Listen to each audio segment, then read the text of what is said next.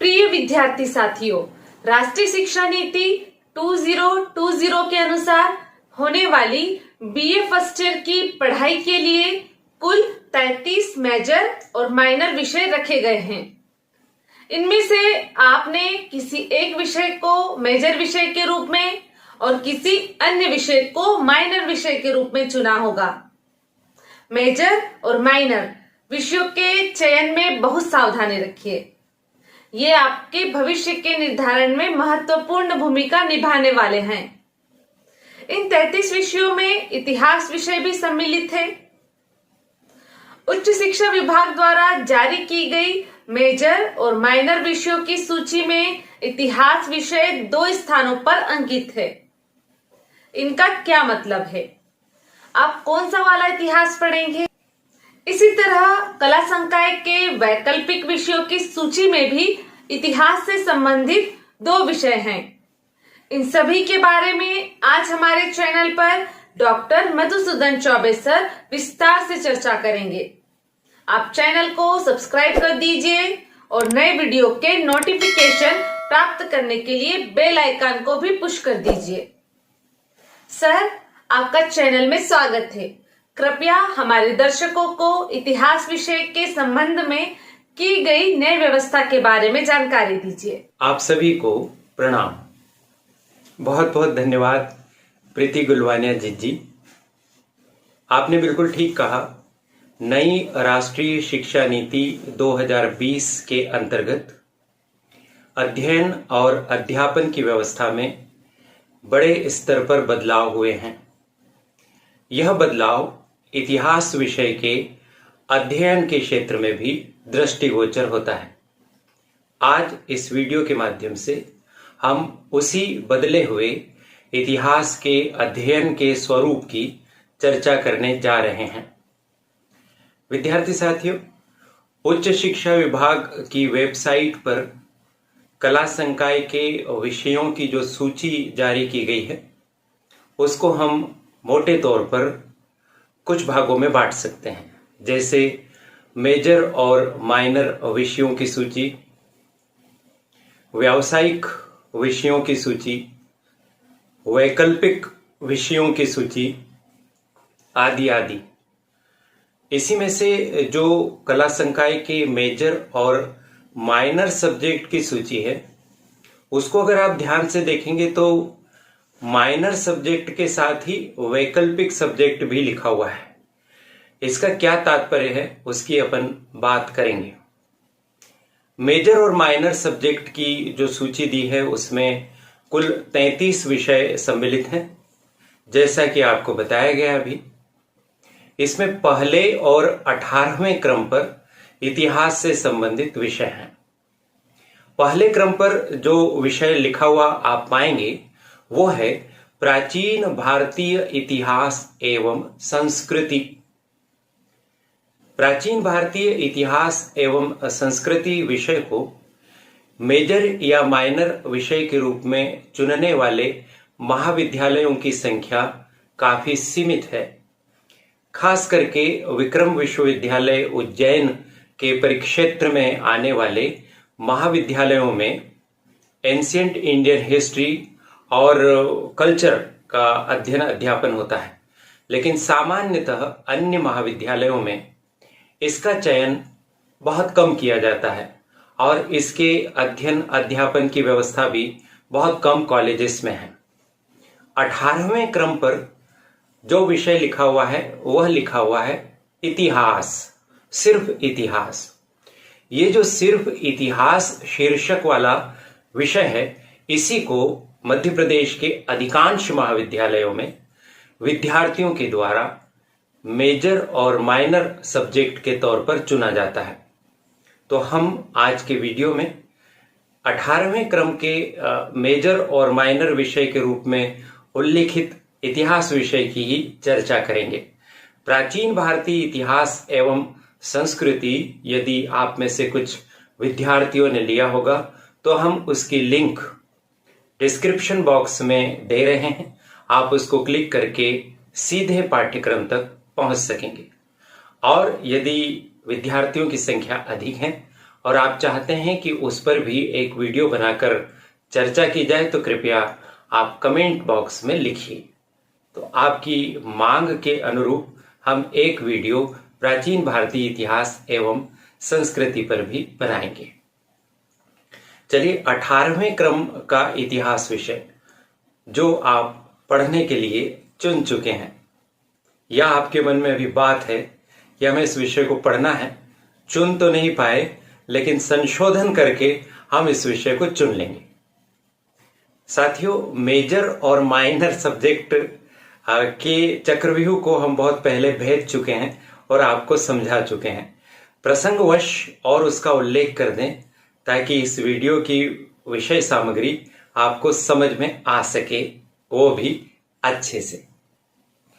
Major जो subject होता है उसको हम कोर कोर्स भी कहते हैं, और इस कोर कोर्स में 2 पाठ्यक्रम होते हैं जिन्हें कभी कभी प्रश्न पत्र 1 और प्रश्न पत्र 2 भी कह दिया जाता है, लेकिन वस्तुतः इसे हमें कहना चाहिए कोर्स 1 और कोर्स 2। यानी मेजर सब्जेक्ट के तौर पर जिन विद्यार्थियों ने इतिहास विषय का चयन किया है उन्हें 2 कोर्स पढ़ने होंगे। सरल भाषा में उन्हें इतिहास के 2 प्रश्न पत्र पढ़ने होंगे। और जिन विद्यार्थियों ने इतिहास विषय का चयन माइनर सब्जेक्ट के तौर पर किया है उन्हें इतिहास का केवल एक ही कोर्स या एक ही प्रश्न पत्र पढ़ना होगा। क्या आप समझ पाए? यदि अब आप देख लीजिए, सोच लीजिए, आपने मेजर सब्जेक्ट के तौर पर चुना है तो 2 कोर्स पढ़ लीजिएगा, माइनर सब्जेक्ट के तौर पर चुना है तो एक ही कोर्स पढ़ लीजिएगा। चलिए बात करते हैं कौन कौन से कोर्स या प्रश्न पत्र है। मेजर सब्जेक्ट में जो पहला कोर्स या पहला प्रश्न पत्र है उसका शीर्षक है आइडिया ऑफ भारत। हिंदी में अगर हम कहें तो भारत का विचार, ऐसा अनुवाद कर सकते हैं। आइडिया ऑफ भारत एक नया विषय प्रस्तुत किया गया है और यह विषय इस उद्देश्य से सम्मिलित किया गया कि हम इतिहास के विद्यार्थी होने के नाते हमारे देश को भली भांति समझ सकें। विद्यार्थी साथियों, इतिहास एक ऐसा विषय है जिसको प्रत्येक नागरिक को पढ़ना ही चाहिए, वो भी अनिवार्य रूप से। आप सौभाग्यशाली हैं कि आपने मेजर और माइनर सब्जेक्ट के तौर पर, या तो मेजर या माइनर सब्जेक्ट के तौर पर इतिहास का चयन किया और अब आप विधिवत रूप से इतिहास को पढ़ सकेंगे। तमाम प्रतियोगी परीक्षाओं में सफलता का आधार इतिहास विषय ही है और साथ ही साथ इतिहास के खजाने में इतनी बहुमूल्य शिक्षाएं हैं कि यदि हम उन्हें ठीक से आत्मसात कर लें तो जीवन की प्रत्येक जंग में हम सफल हो सकते हैं और जीवन को हम कुशलतापूर्वक व्यतीत कर सकते हैं। चलिए लौटते हैं। मेजर सब्जेक्ट में जो पहला कोर्स या पहला प्रश्न पत्र है उसका शीर्षक मैंने अभी आपको बताया था, आइडिया ऑफ भारत, भारत का विचार। 5 इकाइयों में यह पाठ्यक्रम बटा हुआ है। हम प्रत्येक इकाई में सम्मिलित बिंदुओं को थोड़ा सा सुन और समझ लेते हैं ताकि हमें कोर्स की समझ हो सके। विश्व के प्रत्येक शिक्षाविद ने निर्विवाद रूप से एक बात कही है विद्यार्थी साथियों, और वह बात यह है कि जब भी आप किसी भी कोर्स की पढ़ाई प्रारंभ करें तो पहला कदम होना चाहिए सिलेबस को ठीक से समझ लें। पाठ्यक्रम को समझे बिना अगर हम पढ़ाई करते हैं तो हमारी पढ़ाई सही दिशा में नहीं होगी। तो यह एक तरह का पहला कदम है कि आप पाठ्यक्रम को मेरे साथ इस चैनल पर समझ रहे हैं। आइडिया ऑफ भारत विषय 5 इकाइयों में बटा हुआ है। हम पहली इकाई की बात करते हैं। पहली इकाई में कुल 5 चैप्टर्स दिए हुए हैं। कौन कौन से चैप्टर हैं? जो पहली इकाई है ना, उसका एक मुख्य शीर्षक भी दिया हुआ है। फिर उस मुख्य शीर्षक के अंतर्गत 5 चैप्टर्स दिए हैं। जो मुख्य शीर्षक दिया है वह है भारतवर्ष की अवधारणा। ध्यान दीजिए, भारतवर्ष लिखा हुआ है यहां पर, भारतवर्ष की अवधारणा। अब इस शीर्षक के अंतर्गत 5 चैप्टर कौन कौन से हैं? पहला चैप्टर है भारतवर्ष को समझना। हमारे देश को हम किस तरह से समझेंगे? जब आप इतिहास की कक्षाओं में बैठेंगे ना, तो आपके आदरणीय गुरुजन इस चैप्टर की व्याख्या करेंगे और आपको बताएंगे कि भारतवर्ष को हम कई आयामों से समझ सकते हैं। इसकी सभ्यता के माध्यम से, संस्कृति के जरिए, इसके साहित्य के द्वारा, कला की जो कृतियां हैं वह भी हमें भारतवर्ष को समझाती है। इसकी वैज्ञानिक और भौतिक क्षेत्र में हुई प्रगति भी हमें भारत की झलक देती है। तो पहला चैप्टर हो गया। दूसरा जो चैप्टर है वो है भारत के पर्यायों की शाश्वतता। भारत के पर्यायों की शाश्वतता। आप जानते हैं कि हमारे देश के कई पर्यायवाची नाम प्रचलित है, जैसे भारत है, भारतवर्ष है, जम्बूद्वीप है, आदि आदि। तो वो कौन कौन से नाम हैं और उन नामों की निरंतरता, सातत्य और शाश्वतता किस तरह से है, उसके बारे में हम इस दूसरे चैप्टर में समझेंगे। प्रत्येक नामकरण के पीछे एक लंबी कहानी भी निहित है। आपके गुरुजन आपको समझाएंगे कि इस पर्याय का क्या महत्व है और इसके अंतर्निहित मूलभूत तत्व कौन कौन से हैं। बड़ा मजा आने वाला है आपको इस पेपर को पढ़ते समय। Idea of Bharat. चलिए तीसरा चैप्टर हम देखते हैं। तो तीसरा जो चैप्टर है वो है समय और अंतरिक्ष की भारतीय अवधारणा। विद्यार्थी साथियों, पाश्चात्य जगत में जो समय की गणना प्रारंभ हुई है उससे बहुत पहले हमारे शास्त्रों में, हमारे ग्रंथों में समय की अवधारणा का सटीक उल्लेख किया गया है। जब आप इसको पढ़ेंगे और समझेंगे तो हमारे पूर्वजों के समय संबंधी और अंतरिक्ष संबंधी ज्ञान से अभिभूत हो जाएंगे। चौथा चैप्टर है भारत की इतिहास दृष्टि। इसका आशय है कि हमारे देश में इतिहास को किस प्रकार देखा और समझा गया। इतिहास लेखन की अन्य देशों की जो अवधारणा है उससे इतर इतिहास को हमने किस तरह से समझा, किस तरह से लिखा। हमारे ऊपर पश्चिमी इतिहासकार यह आक्षेप लगाते हैं कि भारतीयों में इतिहास बोध का अभाव है। यह आरोप किस तरह से मिथ्या है हम समझ पाएंगे इस चैप्टर के माध्यम से कि भारत की इतिहास दृष्टि एक व्यापक इतिहास दृष्टि रही। अगला चैप्टर है इस इकाई का 5वां और अंतिम चैप्टर, भारतीय साहित्य का गौरव। और इसके अंतर्गत शामिल है वेद, वेदांग, उपनिषद, महाकाव्य, जैन और बौद्ध साहित्य, स्मृति, पुराण आदि। विद्यार्थियों, हमने सुना है, पढ़ा है और यह सत्य भी है कि दुनिया की पहली किताब वेद मानी जाती है। पहला ग्रंथ वेद को माना जाता है। हम वांग्मय के सृजक हैं और सबसे पहले वांग्मय यानी साहित्य का सृजन आपकी और मेरी भारत भूमि पर हुआ। और भारतीय साहित्य के गौरव रत्नों में जिन साहित्यों को सम्मिलित किया गया है उसके बारे में आप पढ़ सकेंगे। इस तरह से पहली इकाई की झलक से ही आपको आनंद की अनुभूति होने लगी होगी कि मजा आएगा आइडिया ऑफ भारत का प्रश्न पत्र पढ़कर। अभी चलिए तो आगे सिलेबस का सफर हम जारी रखें। चलिए शुरू करते हैं। अब हम दूसरी इकाई के बारे में पढ़ना। दूसरी इकाई का शीर्षक है भारतीय ज्ञान परंपरा, कला एवं संस्कृति। और इस इकाई में कुल 4 चैप्टर सम्मिलित किए गए हैं। सबसे पहला चैप्टर कौन सा है? भाषा और लिपि का विकास।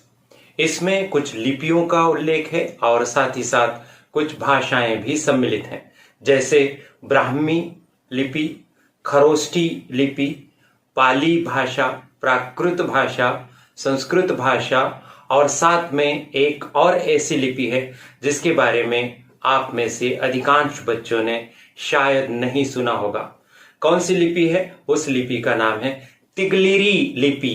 तिगलिरी, तिगलिरी लिपि भी हमारे देश में प्राचीन काल में प्रचलित रही, विशेषकर दक्षिण के क्षेत्र में प्रचलित रही। और यह लिपि बहुत महत्वपूर्ण है, चित्रात्मक लिपि यह प्रतीत होती है। और साथ ही साथ में इस लिपि में वेद जैसे ग्रंथ भी लिखे गए हैं। तो इस लिपि के बारे में भी आप पढ़ पाएंगे। अब आप सोचिए कि अगर आपने मेजर सब्जेक्ट के तौर पर इतिहास नहीं चुना होता तो आप इस तरह की कई बातों से अनभिज्ञ रह जाते। तो अपने आप को जरा बधाई दे दीजिए कि आप इतिहास के विद्यार्थी हो गए हैं। दूसरा चैप्टर है भारतीय कला एवं संस्कृति की प्रमुख विशेषताएं। हमारे देश में चित्रकला, मूर्तिकला आदि प्रचलन में रही। हमारी संस्कृति विश्व की आधार स्तंभ संस्कृतियों में अग्रगण्य रही। आखिर इस संस्कृति की कौन सी ऐसी विशिष्टताएं हैं जो इसे इतना महत्वपूर्ण बना देती है? अपनी संस्कृति की प्रमुख बातों को जानना बहुत ही उल्लेखनीय एक कार्य है और हम जान पाएंगे हमारी अपनी संस्कृति की प्रमुख विशेषताएं। तीसरा चैप्टर होगा भारतीय शिक्षा प्रणाली। साथियों, प्राचीन भारत की शिक्षा प्रणाली के तो कहने ही क्या है, जहां पर नालंदा, तक्षशिला, वल्लभी जैसे विश्वविद्यालय रहे, जिनकी न केवल राष्ट्र की परिधि के अंतर्गत ख्याति रही बल्कि वैश्विक ख्याति उनके हिस्से में आई और दुनिया के कई देशों से विद्यार्थी वहां पढ़ने के लिए आते थे। तो ऐसी समृद्ध शिक्षा व्यवस्था के बारे में हम जान सकेंगे। चौथा और अंतिम चैप्टर द्वितीय इकाई का है भारतीय शौर्य की नैतिक परंपरा। शौर्य का मतलब होता है वीरता, बहादुरी, और नैतिक परंपरा का मतलब होता है कि वीरता का प्रदर्शन भी जब हम करेंगे तो मानवीय गुणों का ध्यान रखेंगे। जीतने के लिए साम दाम दंड भेद जैसी कुनीतियों का सहारा नहीं लेंगे, बल्कि वास्तविक वीरता के प्रदर्शन के बल पर अगर हमें विजय प्राप्त होती है तो वह हमारे लिए वरेण्य होगी। हम अनैतिक साधनों का उपयोग नहीं करेंगे। यह भारतीय शौर्य की एक जबरदस्त परंपरा रही। प्राण जाए पर वचन न जाए, निहत्थों पर प्रहार नहीं करना, भागते हुए शत्रु को किसी भी तरह से क्षति नहीं पहुंचाना, जैसे न जाने कितने नैतिक मापदंड हमारे देश की शौर्य परंपरा में रहे, जिनको पढ़कर और जिनकी कथाओं को सुनकर हम गर्व से फूल उठते हैं। हम पढ़ेंगे, देखेंगे, आपके गुरुजन आपको ऐसी कथाओं से रूबरू करवाएंगे जिसमें हमारे योद्धाओं ने प्राण त्यागना उचित समझा, लेकिन नैतिकता का रास्ता नहीं त्यागा। द्वितीय इकाई हो गई। चलिए अब तीसरी इकाई की तरफ बढ़ते हैं। तीसरी इकाई का जो मुख्य शीर्षक है वो है धर्म, दर्शन और वसुधैव कुटुंबकम। तीसरी इकाई में कुल 4 चैप्टर्स हैं। पहला चैप्टर है धर्म और दर्शन की भारतीय अवधारणा। हमारा भारत देश धर्म के बारे में क्या सोचता है? जो धारण किए जाने योग्य है वही धर्म है। सद्गुणों से संपन्न जीवन शैली और आचार व्यवहार ही धर्म की परिभाषा की परिधि में आता है। इसका विस्तारण करेंगे तो आपकी सोचने और समझने की क्षमताएं ही बदल जाएंगी। इसी तरह से दर्शन, भारतीय दर्शन बहुत उच्च कोटि का रहा। यहाँ आस्तिक दर्शन और नास्तिक दर्शन समानांतर तौर पर प्रचलित रहे। आध्यात्मिकता का पुट और भौतिकवाद का भी सह अस्तित्व बड़ी अनूठी बात है और यह भारतीय दर्शन में हमें दिखाई देती है। एक तरफ हमारे षड दर्शन है तो दूसरी तरफ चार्वाकवादी भौतिक दर्शन भी है। आगे चलते हैं तो द्वैत, अद्वैत और विशिष्टाद्वैत जैसी व्यवस्थाएं आती हैं और दर्शन के आधार स्तंभ के तौर पर 108 उपनिषदों की बेशकीमती संपदा से संपन्न हम भारतीय हैं और यह सब आप पढ़ पाएंगे। आगे बढ़ते हैं दूसरे चैप्टर की तरफ।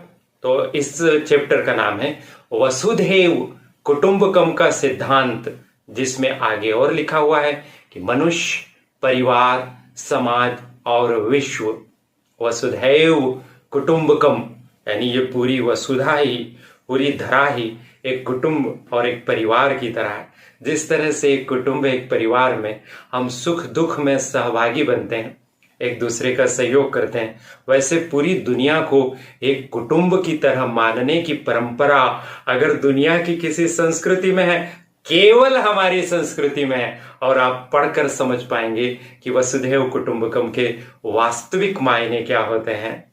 और देखें, इसकी परिधि में शुरुआत की है सबसे छोटी इकाई से, मनुष्य से परिवार बनता है, और परिवारों से समाज, समाज से फिर आगे ग्राम, बड़े शहर, देश, और देशों से मिलकर ये दुनिया और विश्व, और सारा विश्व एक कुटुंब की तरह है ना।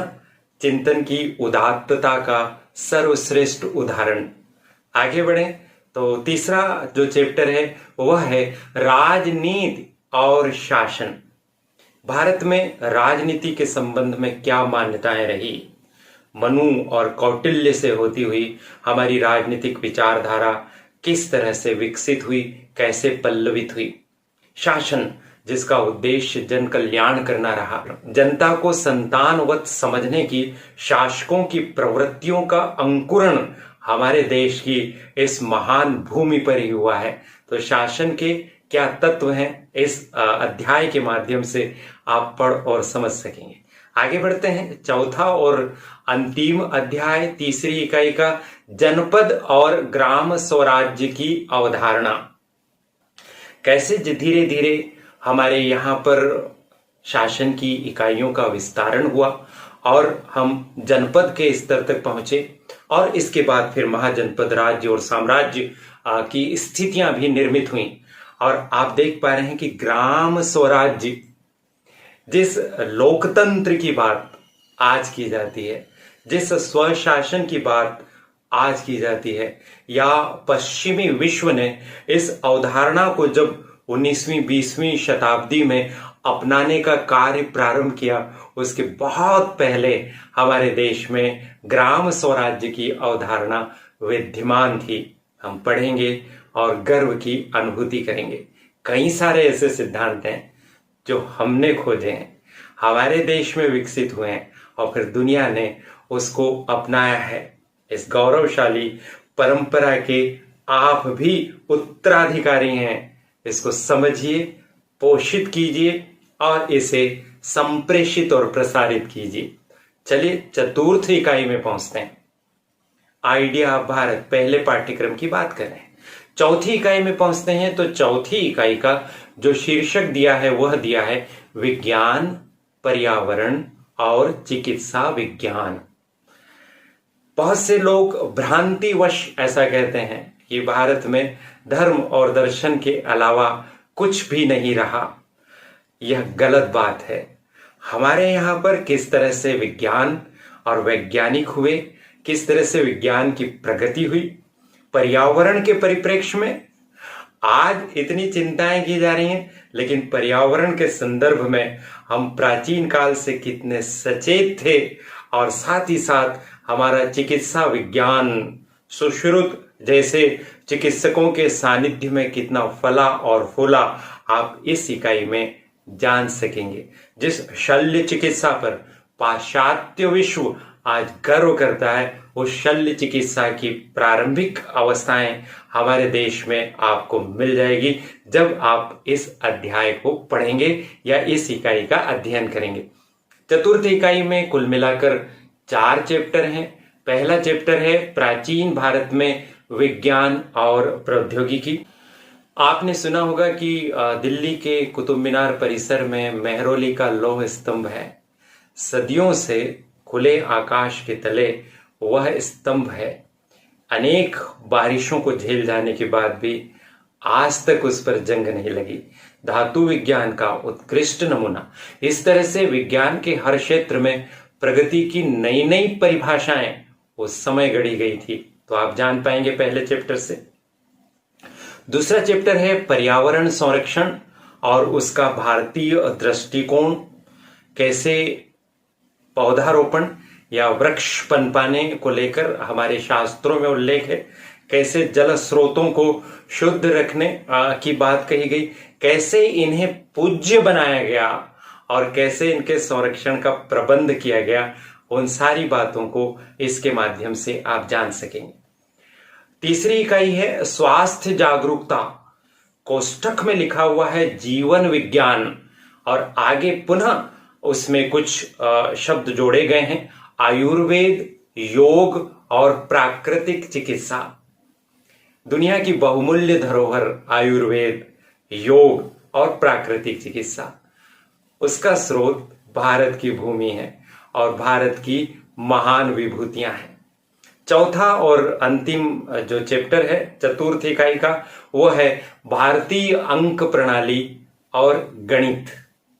अंक प्रणाली जो भारतीय है वो किस तरह से जन्मी और विकसित हुई, और भारत की गणितीय व्यवस्था किस तरह की थी, इस संदर्भ में बात हम करेंगे। पूर्व और पश्चिम फिल्म आपने देखी होगी, नहीं देखी हो तो उसका एक गाना आप YouTube पर आप जरूर सुनिएगा, देता न दशमलव मेरा भारत तो चांद पे जाना मुश्किल था, और जीरो भी यानी शून्य भी हमने दिया, जिसके आधार पर गणना की नई नई इकाइयां सामने आई, पाई का मान भी हमने बताया है। तो ये सब महत्वपूर्ण बातें आप चौथी इकाई के चौथे और अंतिम चैप्टर में समझ सकेंगे।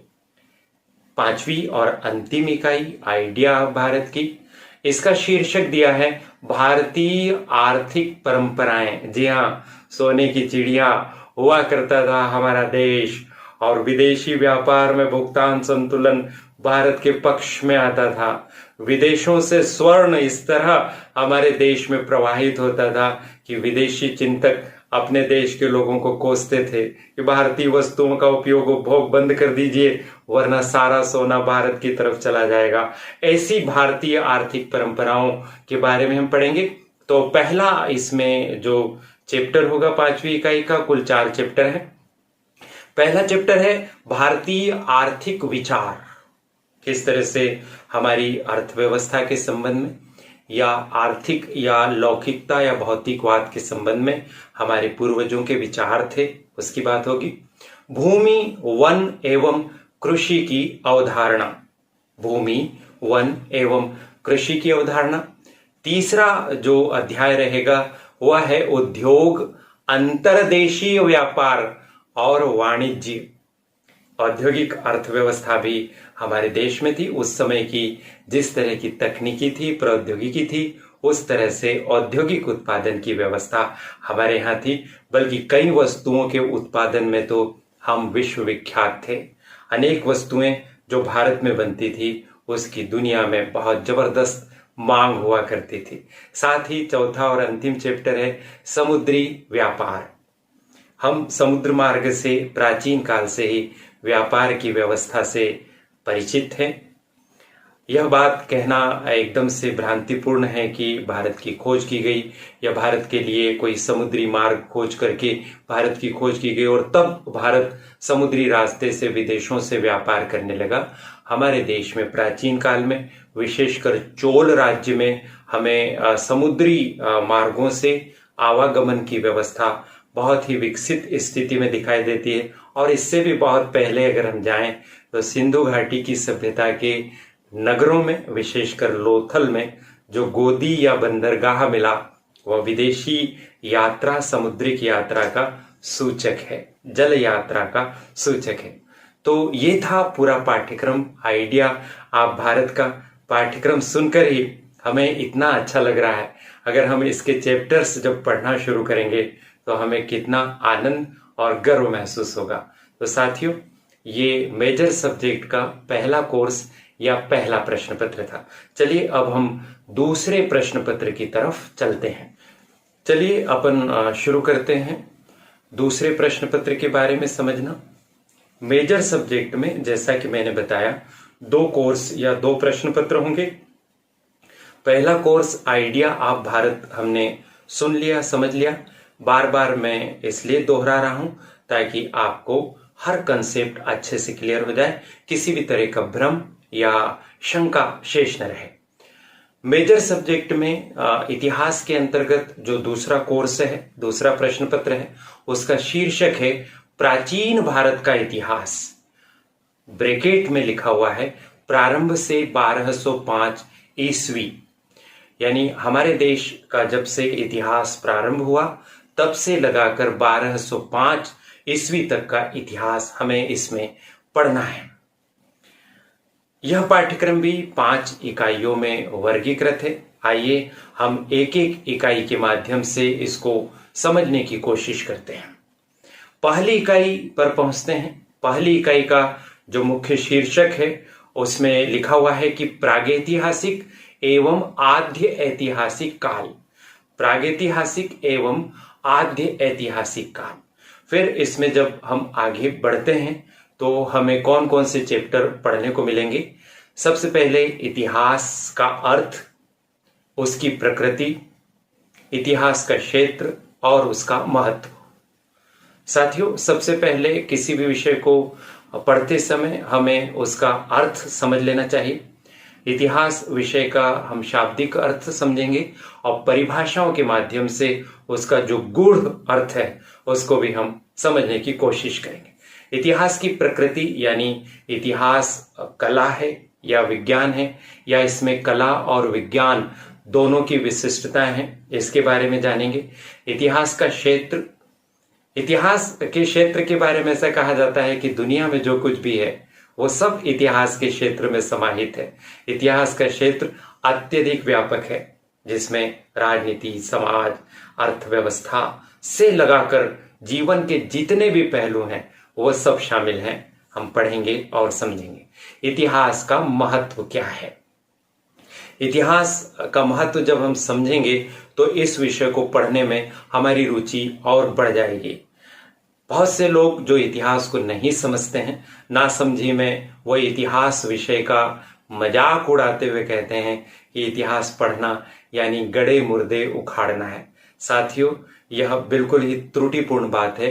इतिहास पढ़ना मतलब जीवन के लिए ऐसे बेशकीमती सबक ग्रहण करना है जो हमारी जिंदगी को बहुत ही सफलता के साथ आगे बढ़ा सकेगी।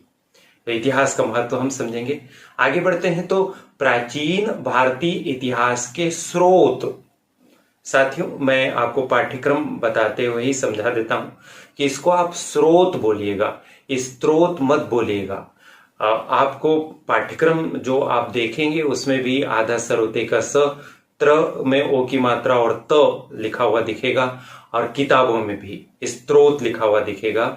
यह गलत है। आप इसे स्रोत बोलिए। सरोते के स में र फोड़िए, ओ की मात्रा लगाइए और त, स्रोत। चैप्टर है प्राचीन भारतीय इतिहास के स्रोत। तात्पर्य यह है कि प्राचीन भारत की ऐतिहासिक घटनाओं की जानकारी हमें कहां से मिलती है। जहां से हमें जानकारी मिलती है उसी को हम इतिहास के स्रोत कहते हैं। इतिहास के साधन भी हम उन्हें कहते हैं। हर बात को जानने के लिए हमारे पास कोई न कोई सामग्री होती है, चाहे वह साहित्य हो, चाहे वह अभिलेख हो। बहुत लंबी इसमें एक श्रृंखला या सूची है जो इतिहास के स्रोत के तौर पर आप सुनेंगे और समझेंगे, और आप यह जान पाएंगे कि इतने अनगिनत स्रोतों के आधार पर लिखा गया हमारे देश का इतिहास कितना प्रामाणिक है। आगे चैप्टर है भारत की भौगोलिक स्थिति। बिना भूगोल को जाने इतिहास को समझना मुश्किल है, और कई बार किसी देश का भूगोल वहां के इतिहास का निर्माण करता है। तो हमारे देश की भौगोलिक विशेषताएं किस तरह से? उत्तर में चाहे हिमालय की बात हो या दक्षिण में हिंद महासागर की बात हो, और साथ ही पूर्व और पश्चिम की जो स्थलीय सीमाएं हैं उनसे कैसे हमारे देश पर प्रभाव पड़ा, यह हम जान पाएंगे इस अध्याय में। आगे बढ़ते हैं तो आगे चैप्टर है प्रागैतिहासिक भारत, जिसमें सिंधु सरस्वती सभ्यता, जिसको आप सामान्यतः सिंधु घाटी की सभ्यता कहते हैं, उसके बारे में आप पढ़ेंगे कि इस सभ्यता का उद्भव कैसे हुआ, विस्तार कहां से कहां तक था। निरंतर खोज हो रही, निरंतर खुदाई हो रही है, और आए दिन इस सभ्यता के अवशेष पाए जा रहे हैं। इसका निरंतर विस्तार होते जा रहा है, और बाद में इस सभ्यता का पतन भी हुआ। कैसे पतन हुआ, क्या कारण थे, वो जानेंगे। इस सभ्यता का आर्थिक, सामाजिक एवं धार्मिक जीवन कैसा था। इस सभ्यता की एक बहुत बड़ी विशेषता नगरीकरण है। तो हम पढ़ेंगे कि नगर निर्माण की क्या योजना थी, और साथ ही साथ इस काल में यानी आज से हजारों साल पहले, सामान्यतः हम ऐसा कहते हैं कि 5000 वर्ष पहले सिंधु घाटी की सभ्यता हुई थी, तो 5000 वर्ष पहले विभिन्न प्रकार की कलाएं अस्तित्व में थी, उसका अध्ययन करेंगे। साथ ही साथ जैसा मैंने अभी बताया उसी लिहाज से एक चैप्टर इसमें सम्मिलित है, हड़प्पा सभ्यता के नवीन केंद्र। सिंधु सरस्वती सभ्यता का ही एक और नाम हड़प्पा सभ्यता भी है, उसके नवीन केंद्रों की बात हम यहां पर करेंगे। आगे बढ़ते हैं तो वैदिक संस्कृति, इसमें ऋग्वैदिक एवं उत्तरवैदिक काल, राजनीतिक, सामाजिक, आर्थिक और धार्मिक जीवन। वैदिक काल का अपना विशिष्ट महत्व है। उस वैदिक काल को दो भागों में बांटा गया है, ऋग्वैदिक काल जिसको पूर्व वैदिक काल भी कहते हैं, और उत्तर वैदिक काल। उन दोनों युगों में किस तरह की राजनीतिक, सामाजिक, आर्थिक और धार्मिक जीवन की व्यवस्था थी वो हम पढ़ पाएंगे। अब हम पहुंचते हैं दूसरी इकाई में। दूसरी इकाई का शीर्षक है मौर्य एवं मौर्योत्तर काल। मौर्य एवं मौर्योत्तर काल, इसमें कौन कौन से चैप्टर्स पढ़ने को मिलेंगे? तो 6वीं सदी ईस्वी पूर्व में महाजनपद एवं गणराज्य पहला चैप्टर है। आगे उत्तर भारत में धार्मिक क्रांति, और इस धार्मिक क्रांति के कर्णधार कौन थे? तो जैन धर्म एवं बौद्ध धर्म। जी हां, आप जान सकेंगे महावीर स्वामी और गौतम बुद्ध के व्यक्तित्व के बारे में, उनकी शिक्षाओं के बारे में। जैन धर्म और बौद्ध धर्म ने किस तरह से हमारे धार्मिक प्रबंधन में बदलाव किया, और क्या इनकी शिक्षाएं और क्या इनकी देने हैं, कॉन्ट्रीब्यूशंस क्या हैं, वो सब भी हम जान सकेंगे। आगे बढ़ते हैं, मगध का उत्कर्ष, कैसे हमारे यहाँ साम्राज्य का चलन हुआ उसको हम पढ़ेंगे। सिकंदर का आक्रमण एवं उसका प्रभाव। यूनानी योद्धा सिकंदर जो विश्व विजेता बनने का ख्वाब देखा करता था, और उसी ख्वाब को पूरा करने के सिलसिले में उसने भारत पर भी आक्रमण किया, और भारत में उसका सामना हुआ एक योद्धा से, और उस योद्धा का नाम है पोरस। और पोरस ने सिकंदर के साथ बड़े शौर्य का प्रदर्शन करते हुए, परिचय देते हुए लड़ाई लड़ी। पोरस अमर हो गए। हम जानेंगे सिकंदर के आक्रमण के संदर्भ में जब हम इसका अध्ययन करेंगे तब। और आगे का चैप्टर हम देखें तो आगे है मौर्य राजवंश की स्थापना। मौर्य राजवंश अत्यंत महत्वपूर्ण है प्राचीन काल में। उसकी स्थापना की भी अपनी एक कहानी है। नंद वंश के अंतिम शासक से किस तरह से सत्ता ली गई और कैसे नए राजवंश की स्थापना की गई, इसमें चाणक्य, कौटिल्य या विष्णुगुप्त नाम के जो हमारे देश के राजनीतिक चिंतक, कूटनीतिज्ञ, प्रशासनवेत्ता थे, उन्होंने किस तरह से भूमिका निभाई उसका उल्लेख भी आप पढ़ सकेंगे। आगे चंद्रगुप्त मौर्य एवं उसका प्रशासन। चंद्रगुप्त मौर्य ने अपने राज्यकाल में बड़ी उपलब्धियां भी हासिल की। सेल्यूकस जैसे विदेशी योद्धा को परास्त करके सिकंदर के आक्रमण के समय मिली कुछ पराजयों का प्रतिकार बहुत अच्छे ढंग से चंद्रगुप्त मौर्य के द्वारा किया गया, और भारतीय शौर्य की स्थापना विदेशी योद्धाओं के ऊपर करने का कार्य भी चंद्रगुप्त मौर्य ने किया। साथ ही साथ चंद्रगुप्त मौर्य की जो प्रशासन व्यवस्था थी, उस प्रशासन व्यवस्था के मुख्य कर्णधार, मुख्य शिल्पी तो निसंदेह चाणक्य या कौटिल्य ही थे, लेकिन बहुत बेहतरीन ढंग से, सुचारू रूप से इस शासन को क्रियान्वित किया, और इस शासन की कई विशेषताएं आज भी भारत और दुनिया के शासन प्रबंधों में शामिल है। उसके बाद अशोक और उसका धम्म। अशोक महान के नाम से इतिहास के पन्नों पर अंकित है। किस तरह से अशोक का रूपांतरण होता है, कैसे अशोक के जीवन में बदलाव आते हैं। कलिंग के युद्ध का एक तरह से लाशों पर अट्टहास करने वाला अशोक किस तरह से सहिष्णुता का और किस तरह से मानवता का पुजारी बन जाता है, यह रूपांतरण अपने आप में एक अद्भुत उदाहरण है मनुष्य चाहे तो बड़ा बदलाव अपने अंदर लाकर बेहद उपयोगी देश के लिए और दुनिया के लिए बन सकता है। अशोक का धम्म किस तरह से था, उसमें कौन कौन से तत्व थे, उसको जानेंगे। आगे बढ़ेंगे तो मौर्य संस्कृति एवं स्थापत्य के बारे में अध्ययन करेंगे। फिर मौर्य साम्राज्य का पतन कैसे हुआ, और इसके बाद मौर्य साम्राज्य के पतन के बाद जो कुछ राजवंश स्थापित हुए, जैसे शुंग वंश, और शुंग वंश में एक बड़े शासक हुए जिनका नाम है पुष्यमित्र शुंग। तो पुष्यमित्र शुंग की उपलब्धियों के बारे में भी हम पढ़ेंगे। फिर इसी दूसरी इकाई में हम देखेंगे सातवाहन वंश, और सातवाहन वंश में भी एक बड़े प्रतापी शासक हुए और उन प्रतापी शासक का नाम था गौतमी पुत्र शातकर्णी।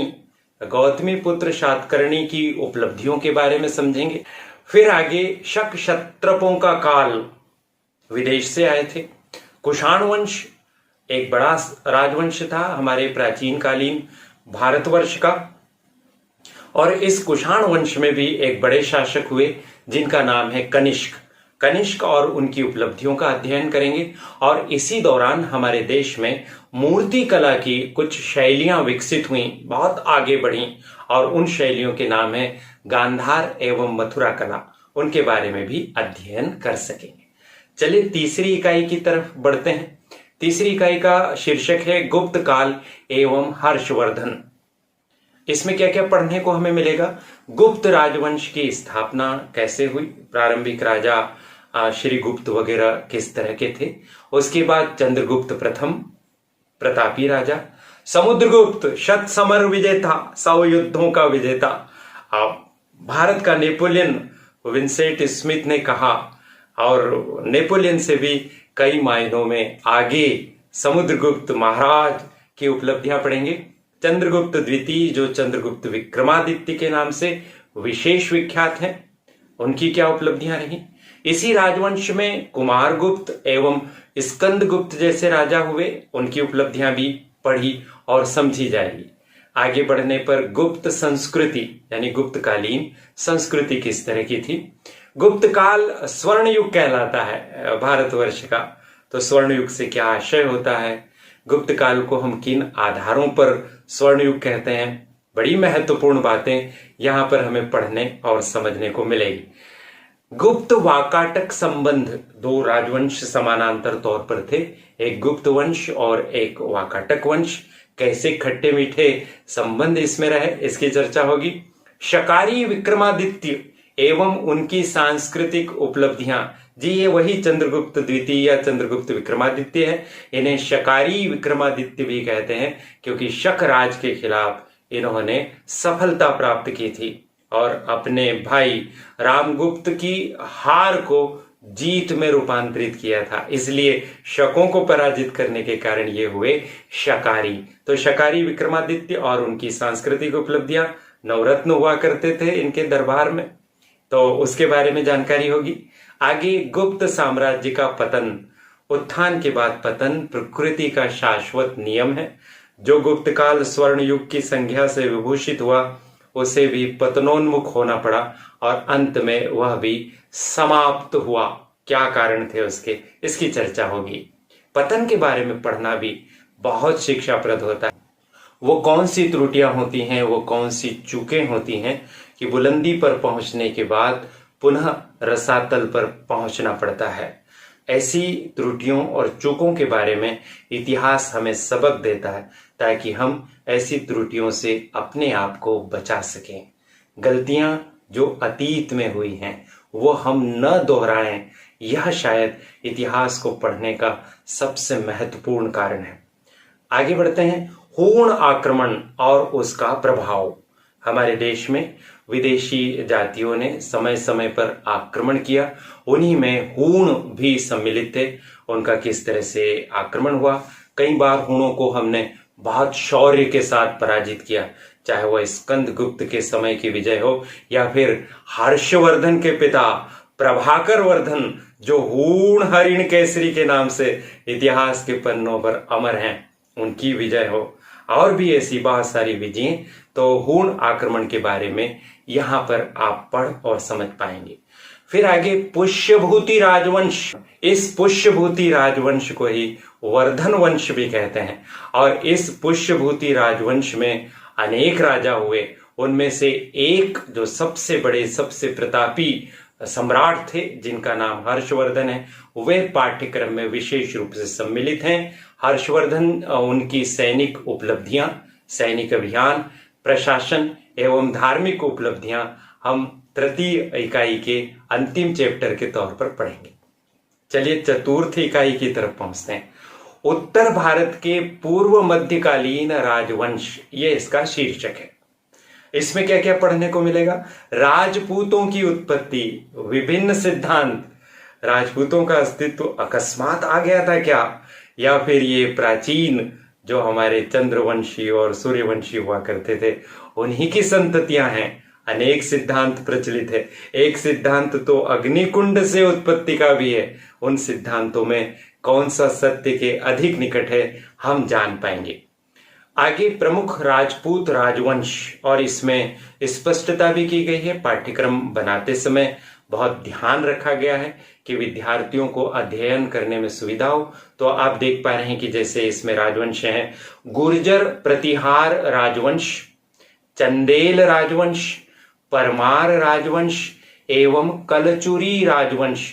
इस तरह से 4 राजपूत राजवंश यहाँ सम्मिलित किए गए हैं। इनका क्या इतिहास रहा, प्रमुख प्रमुख राजा या सम्राट कौन कौन रहे, इस दौरान संस्कृति की क्या विशिष्टताएं रही, क्या उपादान रहे, स्थापत्य कला में क्या क्या निर्मितियां हुई, और एक महाराजा का विशेष करके इसमें उल्लेख किया गया है, राजा भोज, एवं उनकी सांस्कृतिक उपलब्धियां। उनके बारे में पढ़ने में काफी अच्छा लगेगा आपको। आइए 5वीं इकाई या अंतिम इकाई की तरफ चलते हैं। इसका जो शीर्षक है वह है दक्षिण भारतीय राजवंश एवं भारत पर विदेशी आक्रमण। इसमें क्या क्या पढ़ने को मिलेगा? दक्षिण भारत के प्रमुख राजवंश, जिसमें पल्लव राजवंश, चालुक्य राजवंश, राष्ट्रकूट राजवंश एवं चोल राजवंश, ये सारे के सारे राजवंश विशेष उल्लेखनीय हैं। और इन सभी राजवंशों में एक से बढ़कर एक प्रतापी सम्राट हुए हैं जिन्होंने इतनी उपलब्धियां प्राप्त की हैं कि उनका नाम इतिहास के पन्नों पर स्वर्ण अक्षरों में अंकित हो गया है। वो हम पढ़ पाएंगे। फिर आगे बढ़ेंगे तो इन जो 4 राजवंश हैं उनका इतिहास क्या रहा, संस्कृति क्या रही, और स्थापत्य कला के क्षेत्र में उन्होंने क्या योगदान दिया, उसके बारे में हम पढ़ेंगे। फिर आगे बढ़ते हैं तो बृहत्तर भारत, भारतीय संस्कृति भारत के बाहर जहां जहां तक पहुंची वह सब सीमाएं बृहत्तर भारत के नाम से जानी जाती है। दक्षिण पूर्वी एशिया में भारतीय संस्कृति का विस्तार किस तरह से हुआ यह जानेंगे। फिर भारत पर जो मुस्लिम आक्रमण हुए उनका अध्ययन का सिलसिला प्रारंभ करेंगे अंतिम दौर में। उसमें शामिल है भारत पर अरब आक्रमण एवं उसके प्रभाव, और ये अरब आक्रमण की शुरुआत की गई थी मोहम्मद बिन कासिम के द्वारा 712 ईस्वी में। राजा दाहिर ने यहाँ शौर्य का परिचय दिया था, बड़ा जबरदस्त युद्ध हुआ था, इसका वर्णन देखेंगे। फिर भारत पर तुर्क आक्रमण एवं उन तुर्क आक्रमणों का प्रभाव, इसमें 2 आक्रमणकारियों का विशेष तौर पर उल्लेख है, महमूद गजनवी एवं मोहम्मद गौरी। आक्रमणों के कारण क्या थे, कौन कौन से भारतीय राजाओं ने प्रतिरोध किया, परिणाम क्या हुए, कौन हारा कौन जीता, हार जीत के क्या कारण थे, ये सब बातें पढ़ते हुए हम पहुंचेंगे 1205 तक। और यहीं पर हमारा यह प्रश्न पत्र या यह कोर्स भी पूरा हो जाएगा। तो विद्यार्थी साथियों, मेजर कोर्स में हमने दोनों ही पाठ्यक्रम पढ़ ली। अब जिन विद्यार्थियों का माइनर कोर्स है ना, हिस्ट्री या माइनर सब्जेक्ट है, उनको मैं केवल 2 पंक्तियों में बता देता हूं। मेजर कोर्स का जो दूसरा प्रश्न पत्र है वही माइनर कोर्स वालों का प्रश्न पत्र है। यानी यदि आपने इतिहास विषय को माइनर सब्जेक्ट के तौर पर चुना है तो आपको एक ही प्रश्न पत्र पढ़ना है, और वह प्रश्न पत्र कौन सा होगा? प्राचीन भारत का इतिहास प्रारंभ से 1205 तक का, जिसके पाठ्यक्रम की अभी पूरी विस्तार से व्याख्या की गई है। समझ पाए? तो अगर आपने इतिहास को मेजर सब्जेक्ट के तौर पर नहीं चुना तो आइडिया ऑफ भारत जैसे महत्वपूर्ण कोर्स को पढ़ने से आप वंचित हो जाएंगे। आप चाहें और यदि अभी आपके पास समय है तो अभी भी आप इसे बदल सकते हैं और हिस्ट्री के अध्ययन की तरफ आगे बढ़ सकते हैं। बस इस बात को ध्यान में रखिए, यदि आपको आगे पीजी करना है यानी एमए करना है और जिस विषय में आपको एमए करना है उसी को आप मेजर कोर्स के तौर पर रखिएगा। यदि आप इतिहास में एमए करना चाहते हैं, इतिहास में आगे पीएचडी करना चाहते हैं और इतिहास में रिसर्च करना चाहते हैं तो इतिहास को मेजर सब्जेक्ट के तौर पर रखेंगे तो आइडिया ऑफ भारत भी पढ़ने को मिलेगा और साथ ही साथ में प्राचीन भारत का इतिहास भी पढ़ने को मिलेगा। और यदि आपने इसको माइनर सब्जेक्ट के तौर पर रखा तो प्राचीन भारत का इतिहास आप पढ़ पाएंगे। बहुत बहुत धन्यवाद सर। आपके मार्गदर्शन से अब विद्यार्थियों को इतिहास विषय को पढ़ने और समझने में सुविधा होगी। विद्यार्थी अपने विद्वान गुरुजनों के सानिध्य में इतिहास की बहुमूल्य शिक्षाओं को ग्रहण कर सकेंगे। विद्यार्थी साथियों, आपको भी यह वीडियो पसंद आया होगा। इसे आप अपने विद्यार्थी साथियों के साथ साझा कीजिए। आपके करियर से संबंधित महत्वपूर्ण सूचनाओं और ऐसे ही वीडियोस के लिए चैनल को तुरंत सब्सक्राइब कीजिए। बेल आइकॉन भी पुश कर दीजिए। बेहतर कल के लिए आज ही जुड़िए इस YouTube चैनल से। हमारी मेहनत बनेगी आपकी सफलता का आधार। Best of luck.